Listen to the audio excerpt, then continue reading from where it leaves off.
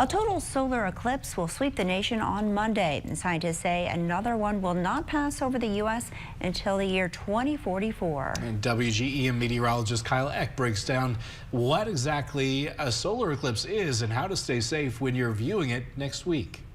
For many, solar eclipses are a once-in-a-lifetime event. Any particular place, any location on the Earth's surface averages out to about once every 375 years. It's a rarity.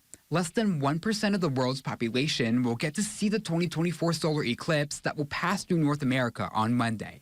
Tens of millions of people live in the path of totality, and people from around the world will flock there to get a glimpse. That will lead to congested highways this weekend.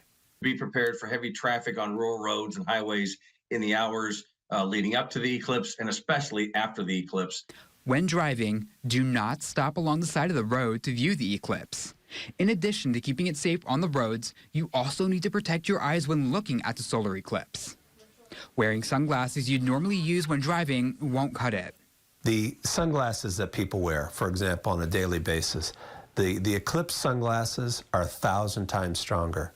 If you're lucky enough to experience totality, you'll also get to enjoy what are called diamond rings and Bailey's beads. What the Bailey's beads are the fact that at that moment, as it completely just crosses over, every little peak and mountain on the moon, right, as it's covering up, those little peaks and mountains basically will block most of the sunlight.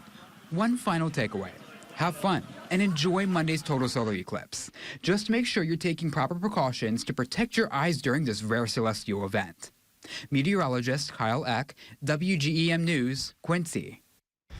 And WGEM is airing a special on Monday's total solar eclipse, so you'll see stories from those who are in the path, the science behind the spectacle, and some stories as well.